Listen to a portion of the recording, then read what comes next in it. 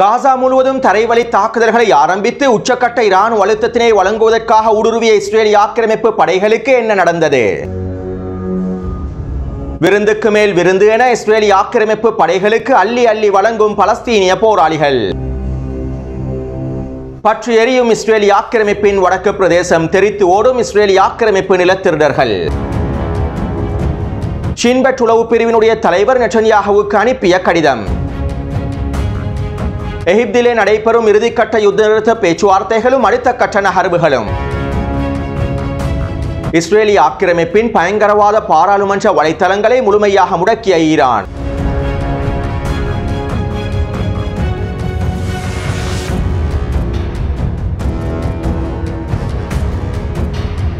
காசாவின் யுத்த நிறுத்த பேச்சுவார்த்தைகள் அழிவின் விளிம்பில் இருப்பதாக பத்திரிகைகள் செய்திகளை வெளியிடுகின்றன. உண்மையிலேயே காசாவின் யுத்த நிறுத்த பேச்சுவார்த்தைகள் அழிவின் விளிம்பில் இல்லை. தற்போது மேற்கொள்ளப்பட்டு வரக்கூடிய பேச்சுவார்த்தைகளில் பல முன்னேற்றங்கள் ஏற்படுத்தப்பட்டுள்ளன. இரு தரப்பினருக்கும் இடையில் ஒரு உடன்பாட்டை எட்டுவதற்கான ஒரு முன்னேற்றம் ஏற்படுத்தப்பட்டுள்ளது. இதற்கமைவாக நாளைய தினம் கெய்ரோவிலும் மிக முக்கியமான பேச்சுவார்த்தைகளை மேற்கொள்ளப் போகின்றோம். இரு தரப்பினரும் ஒன்றிணைந்து செயற்படுவதற்கு ஆர்வமாகவே இருக்கின்றார்கள். அதே போன்று ஈரானின் பதிலடி தாக்குதல் குறித்தும் நிலைமைகளை நாங்கள் தொடர்ச்சியாக கண்காணித்து வருகின்றோம். மேலும் கூடுதலான விமான படைகளையும் கடற்படைகளையும் துருப்புக்களையும் மத்திய கிழக்கை நோக்கி அனுப்பி வைத்துள்ளோம். ஈரானின் பதிலடி தாக்குதல் தொடர்பான நிலைமையானது தற்போதும் ஆபத்தானதாகவே இருக்கின்றது. ஈரான் இஸ்ரேலுக்கு எதிராக எவ்வாறு தாக்குதல்களை மேற்கொள்ளும், எவ்வாறான பதிலடிகளை வழங்கும் என்பது தொடர்பாக இன்னும் எங்களால் முழுமையாக கணிக்க முடியவில்லை. ஈரானியர்கள் இஸ்ரேலுக்கு எதிராக தாக்குதல்களை மேற்கொள்வதற்கு தயாராகவே இருக்கின்றார்கள் என்பதனையும் நாங்கள் நம்புகின்றோம். அதே போன்று ஈரானியர்கள் அவ்வாறு செய்ய விரும்பினால் நாங்களும் தயாராகவே இருக்கின்றோம். இஸ்ரேலை முழுமையாக பாதுகாப்பதற்கு நாங்கள் உறுதியோடும் தயார் நிலையிலுமே இருக்கின்றோம் என்றும் அமெரிக்க வெள்ளை மாளிகை ஊடக பேச்சாளர் ஜோன் கர்பி தெரிவித்துள்ளார். அதே போன்று ஈரானின் புதிய வெளியுறவுத்துறை அமைச்சர் அப்பாஸ் அரக்சி அவர்கள் இவ்வாறு தெரிவித்துள்ளார். இஸ்ரேலிய ஆக்கிரமிப்புக்கு, ஜியோனிஸ் ஆக்கிரமிப்புக்கு எதிரான போராட்டத்தில் எதிர்ப்பின் அச்சுகளுடன் சம்பந்தப்பட்டிருக்கக்கூடிய அனைத்து நாடுகளுக்கும் நாங்கள் தொடர்ச்சியாக ஆதரவினை வழங்குவோம். இஸ்ரேலிய ஆக்கிரமிப்புக்கு எதிரான அனைத்து எதிர்ப்பு அச்சுகளுக்கும் எங்களுடைய ஆதரவு முழுமையாக வழங்கப்படும். தெஹ்ரானிலே ஜியோனிஸ் ஆக்கிரமிப்பு மேற்கொண்ட பயங்கரவாதத்திற்கு பதில் வழங்குவதற்கான எல்லா விதமான உரிமையும் ஈரானுக்கு காணப்படுகின்றது.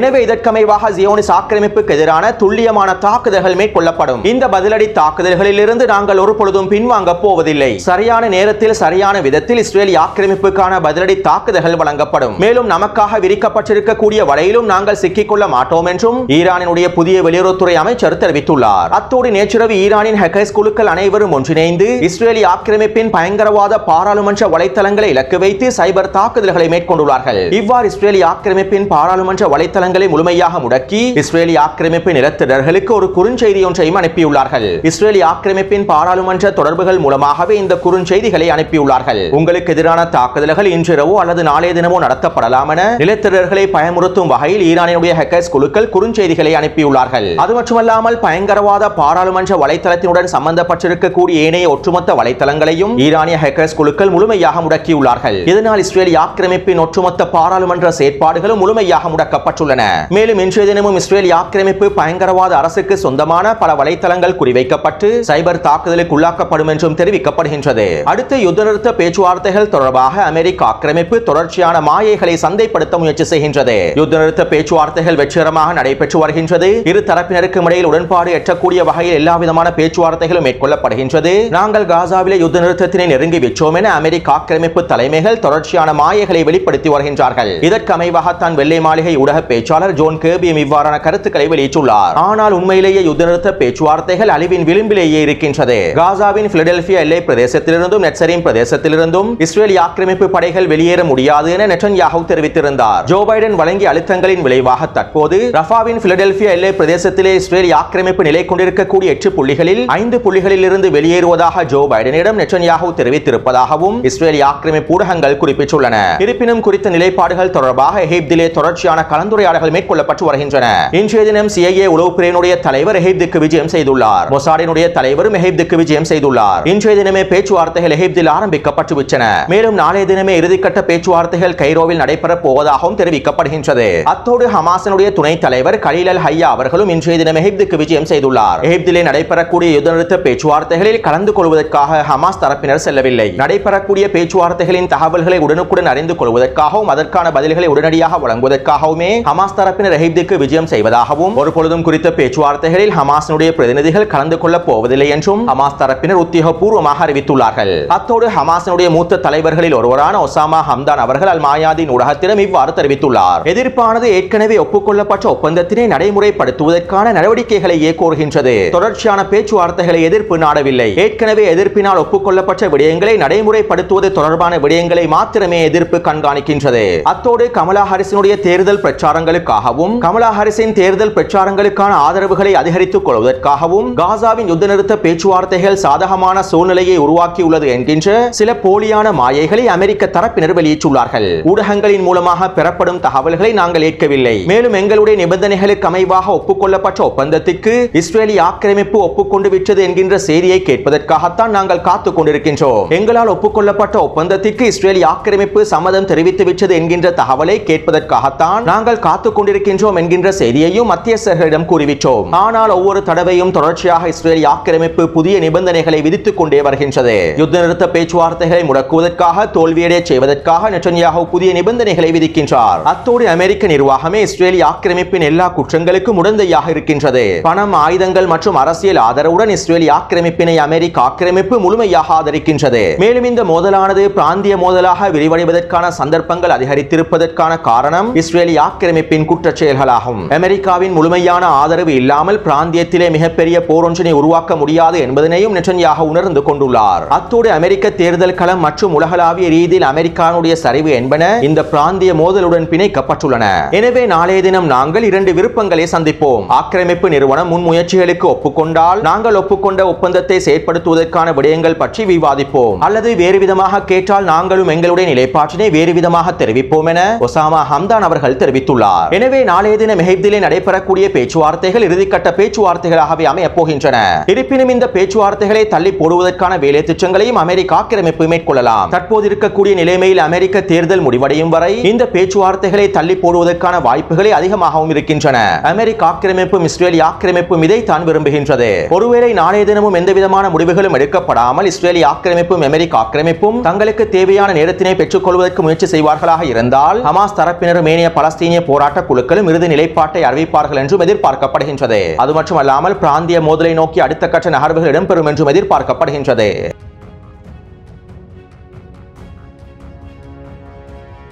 ஒவ்வொரு நாளும் ஹிஸ்புல்லா ராணுவத்தினர் அவர்களுடைய தாக்குதல்களுடைய வீரியத்தையும் எண்ணிக்கைகளையும் அதிகரித்துக் கொண்டே செல்கின்றார்கள். நேற்றைய தினம் ஹிஸ்புல்லா ராணுவத்தினர் ஆக்கிரமிக்கப்பட்ட வடக்கு பிரதேசத்தில் மொத்தமாக 15 தாக்குதல்களை மேற்கொண்டிருந்தார்கள். மேலும் நேற்றிரவு அதிரடியான ஏவுகணை தாக்குதல்களையும் ட்ரோன் தாக்குதல்களையும் மேற்கொண்டிருந்தார்கள். சுருக்கமாக குறிப்பிடுவதாக இருந்தால் இந்த தாக்குதலினால் ஆக்கிரமிக்கப்பட்ட வடக்கு பிரதேசங்கள் பற்றி எரிந்தன. அதாவது ஹிஸ்புல்லா ராணுவத்தினர் நேற்றிரவு இஸ்ரேலி ஆக்கிரமிப்பின் வடக்கு பிரதேசமான கிரியட் ஷமோனா பிரதேசத்தை இலக்கு வைத்து 70க்கும் அதிகமான ஏவுகணை தாக்குதல்களை மேற்கொண்டிருந்தார்கள். குறித்த பிரதேச இருக்கக்கூடிய நிலத்தரர்களின் குடியிருப்பு பிரதேசங்களை இலக்கு வைத்து இந்த ஏவுகணை தாக்குதலை மேற்கொண்டிருந்தார்கள். இந்த தாக்குதலினால் மிகப்பெரிய தீப்பரவல் ஏற்படுத்தப்பட்டு பல வீடுகள் தரைமட்டமாக்கப்பட்டுள்ளன.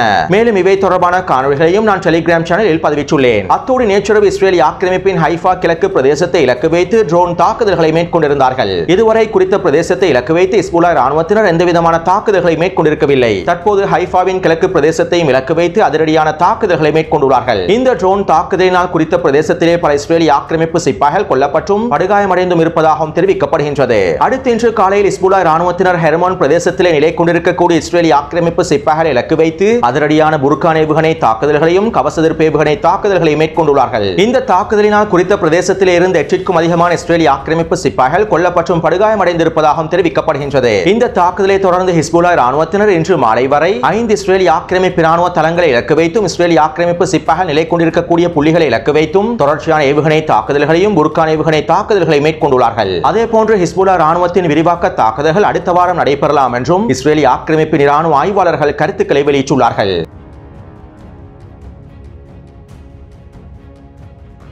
கடந்த 2 மாதங்களுக்கு முன்பு இஸ்ரேலி ஆக்கிரமிப்பின் அமான் உளவு பிரிவினுடைய தலைவர் தன்னுடைய பதவியினை ராஜினாமா செய்திருந்தார். அக்டோபர் 7ஆம் தேதி தாக்குதல் தொடர்பாக எந்தவிதமான நடவடிக்கைகளையும் எடுக்காததன் காரணத்தினாலும் காசாவின் யுத்த களத்தில் தொடர்ச்சியான தோல்விகளை சந்தித்து வருவதனாலும் தன்னுடைய பதவியினை ராஜினாமா செய்வதாக அறிவித்திருந்தார். இதற்கமைவாக நேற்றைய தினமே அவர் உத்தியோகபூர்வமாக தன்னுடைய பதவியிலிருந்து முழுமையாக விலகியுள்ளார். அடுத்து ஷின்பெட் உளவு பிரிவினுடைய தலைவர் நெட்டன்யாஹூவுக்கும் அவருடைய பயங்கரவாத அமைச்சர்களுக்கும் ஒரு கடிதம் ஒன்றினை அனுப்பியுள்ளார். யூத பயங்கரவாதம் இஸ்ரேலின் இருப்புக்கே மிகப்பெரிய ஆபத்தாக மாறிவிட்டது. நாம் நாம் பலமுனை போரில் இருக்கும் சந்தர்ப்பத்தில் இன்னும் ஒரு போர் முனையையும் திறந்துவிடக் கூடாது. தற்போது வெஸ்ட் பேங்க் பிரதேசத்திலே நாங்கள் எதிர்பார்க்காத பல்வேறுபட்ட விளைவுகளை சந்திக்கப் போகின்றோம். வெஸ்ட் பேங்க் பிரதேசத்திலே மிகப்பெரிய விளைவுகள் எங்களுக்காக காத்துக் கொண்டிருக்கின்றன. வெஸ்ட் பேங்க் பிரதேசத்தில் இருக்கக்கூடிய பலஸ்தீனிய மக்கள் மீதான தாக்குதல் இஸ்ரேலினுடைய இருப்புக்கே மிகப்பெரிய ஆபத்தாக மாறப்போகின்றது. மேலும் இஸ்ரேலினுடைய தேசிய பாதுகாப்பு மிகப்பெரிய ஆபத்தை நோக்கி நகர்ந்து வருகின்றது என்றும் ஷின் பெட் உளவு பிரிவினுடைய தலைவர் இஸ்ரேலி ஆக்கிரமிப்பின் பயங்கரவாத அமைச்சர்களுக்கும் நெட்டன்யாகுவுக்கும் கடிதத்தில் குறிப்பிட்டுள்ளார். இதைத் தொடர்ந்து ஷின் பெட் உளவு பிரிவினுடைய தலைவரை பதவி நீக்கம் செய்ய வேண்டும் என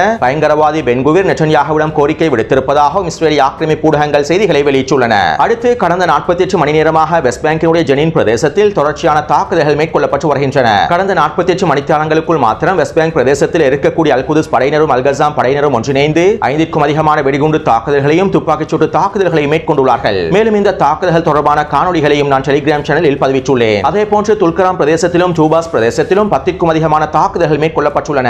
இந்த தாக்குதலினால் பல இஸ்ரேலி ஆக்கிரமிப்பு சிப்பாய்கள் கொல்லப்பட்டும் படுகாயமும் அடைந்துள்ளார்கள். அது மட்டுமல்லாமல் துல்கராம் பிரதேசத்திலே இஸ்ரேலி ஆக்கிரமிப்பு சிப்பாய்களுக்கு எதிராக மேற்கொள்ளப்பட்ட தாக்குதலின் போது 3 பலஸ்தீனிய போராளிகள் வீரமரணம் அடைந்துள்ளார்கள். அடுத்து ஜூபாஸ் பிரதேசத்திலே வெடிகுண்டு தாக்குதலின் மூலமாக ஜீப் வண்டி ஒன்றினை வெடிக்கச் செய்துள்ளார்கள். இதற்குள்ளே இருக்கக்கூடிய இஸ்ரேலி ஆக்கிரமிப்பு சிப்பாய்கள் மொத்தமாக அழிக்கப்பட்டுள்ளார்கள். மேலும் இந்த தாக்குதல் தொடர்பான காணொலியையும் நான் டெலிகிராம் சேனலில் பதிவிட்டுள்ளேன்.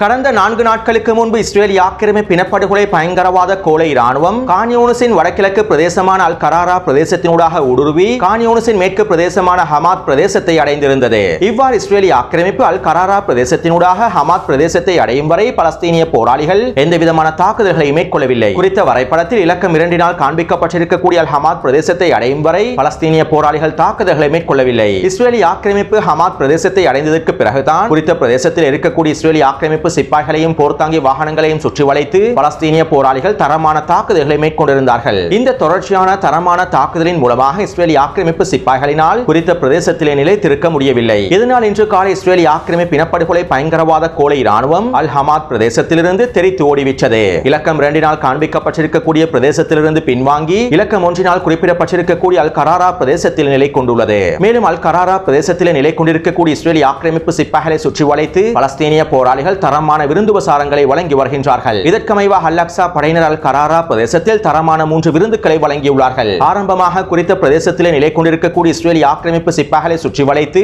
ஒஃபென்சிவ் தாக்குதல்களை மேற்கொண்டுள்ளார்கள். இந்த தாக்குதலில் பல இஸ்ரேலி ஆக்கிரமிப்பு சிப்பாய்கள் பூஜ்ய தூரத்தில் அளிக்கப்பட்டுள்ளார்கள். இதைத் தொடர்ந்து குறித்த பிரதேசத்தினூடாக நகர்ந்து சென்ற 2 மெர்காவா போர்த்தாங்கி வாகனங்களை நஸ்ஸல் வெடிகுண்டின் மூலமாக வெடிக்கச் செய்துள்ளார்கள். அதற்குள்ளே இருக்கக்கூடிய இஸ்ரேலி ஆக்கிரமிப்பு சிப்பாய்களும் விருந்துகளை புசித்துள்ளார்கள். இதைத் தொடர்ந்து குறித்த பிரதேசத்திலே களமிறங்கிய முஜாஹிதீன் படையினரும் அபு அலி முஸ்தபா படையினரும் ஒன்றிணைந்து B7 கவசதர் பேவுகணையை களமிறக்கி ஒரு மெர்காவா போர்த்தாங்கி வாகனத்தையும் அளித்துள்ளார்கள். அடுத்து அல் கஸாம் படையினர் தேரல்பலாவின் கிழக்கு பிரதேசத்திலே யாசின் ஏவுகணை மூலமாக ஒரு ட்ரூப்ஸ் கேரியர் வாகனத்தினை வெடிக்கச் செய்துள்ளார்கள். இதைத் தொடர்ந்து அல் கஸாம் படையினர் தேரல்பலாவின் கிழக்கு பிரதேசத்திலே கன்னி வெடி பொறிகளையும் ஜில்சல் வெடிகுண்டையும் தண்டர் வெடிகுண்டையும் பயன்படுத்தி மிக தரமான பொறியொன்றினை வைத்துள்ளார்கள். இந்த பொறியிலே இஸ்ரேலி ஆக்கிரமிப்பு படையொன்று வசமாக சிக்கி வெடித்து சிதறியுள்ளது. இந்த தாக்குதலுக்கு பிறகு குறித்த பிரதேசத்திற்கு 5க்கும் அதிகமான ஹெலிகாப்டர்கள் வருகை தந்திருப்பதாகவும் தெரிவிக்கப்படுகின்றது. எனவே பெரும்பாலும் குறித்த தாக்குதலில் 15க்கும் அதிகமான இஸ்ரேலி ஆக்கிரமிப்பு சிப்பாய்கள் கொத்து கொத்தாக வேட்டையாடப்பட்டுள்ளார்கள் என்றும் எதிர்பார்க்கப்படுகின்றது. அத்தோடு இந்த தாக்குதலுக்கு பிறகு இஸ்ரேலி ஆக்கிரமிப்பு சிப்பாய்கள் அள்ளிச் செல்வதற்காக வருகை தந்த 2 மெர்காவா போர்த்தாங்கி வாகனங்களையும் அல் கஸாம் படையினர் ஷவாஸ் வெடிகுண்டின் மூலமாக வெடிக்கச் செய்துள்ளார்கள். அடுத்து அல் அக்ஸா படையினர் தேரல்பலாவின் கிழக்கு பிரதேசத்திலே உமர் அல் காசிம் படையுடன் ஒன்றிணைந்து கூட்டு தாக்குதல் ஒன்றை மேற்கொண்டுள்ளார்கள்.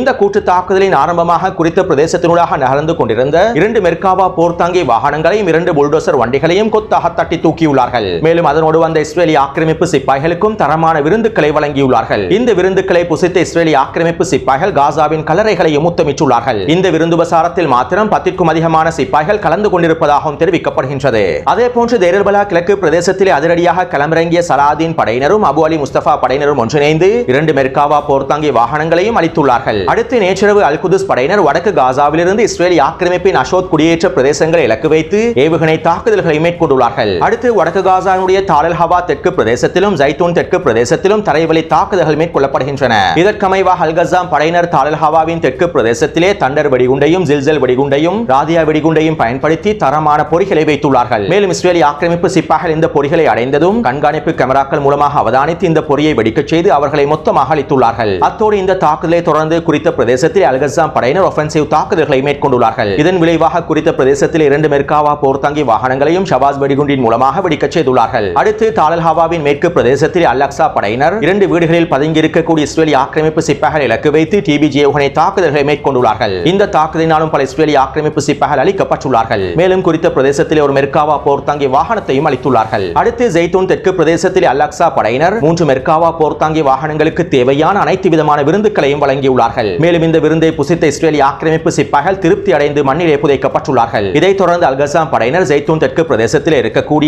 ஸ்டார் தொழிற்சாலை கர்ஹாமையில் தரமான பொறியொன்றினை வைத்துள்ளார்கள். இந்த பொறியிலே 10க்கும் அதிகமான இஸ்ரேலிய ஆக்கிரமிப்பு சிப்பாய்கள் சிக்கி மொத்தமாக வெடித்து சிதறியுள்ளார்கள். இந்த விருந்தை தொடர்ந்து வருகை தந்த 3 மெர்காவா போர்த்தாங்கி வாகனங்களையும் அல் கஸாம் படையினர் ஷவாஸ் வெடிகுண்டின் மூலமாக வெடிக்கச் செய்துள்ளார்கள். அடுத்து ரஃபாவின் தால் சுல்தான் மேற்கு பிரதேசத்திலே அல் கஸாம் படையினரும் அல் குதுஸ் படையினரும் ஒன்றிணைந்து கூட்டு தாக்குதல் ஒன்றை மேற்கொண்டுள்ளார்கள். இதன்போது 2 மெர்காவா போர்த்தாங்கி வாகனங்களை அளித்துள்ளார்கள். அடுத்து அல் அக்ஸா படையினரும் அல் காசிம் படையினரும் ஒன்றிணைந்து தால் சுல்தான் மேற்கு பிரதேசத்திலே கெரில்லா போர் முறையை பயன்படுத்தி 2 மெர்காவா போர்த்தாங்கி வாகனங்களையும் ஒரு ட்ரூப்ஸ் கேரியர் வாகனத்தையும் அளித்துள்ளார்கள். எனவே நேற்று மாலை 6 மணியிலிருந்து இன்று மாலை 6 மணி வரையில் கிடைக்கப்பெற்ற தகவல்களுக்கு அமைவாக 22 மெர்காவா போர்த்தாங்கி வாகனங்களும் 2 புல்டோசர் வண்டிகளும் 2 ட்ரூப்ஸ் கேரியர் வாகனங்களும் பலஸ்தீனிய போராளிகளின் விருந்துபசாரத்தில் கலந்து கொண்டுள்ளன. அதேபோன்று விருந்துபசாரத்தில் கலந்து கொண்ட 70க்கும் அதிகமான இஸ்ரேலிய ஆக்கிரமிப்பு சிப்பாய்கள் காசாவின் கல்லறைகளையும் முத்தமிட்டுள்ளார்கள். எனவே இந்த காணொளி தொடர்பான கருத்துக்களை பதிவிடுங்கள். தொடர்ந்தும் என்னுடன் இணைந்திருங்கள். நன்றி, வணக்கம்.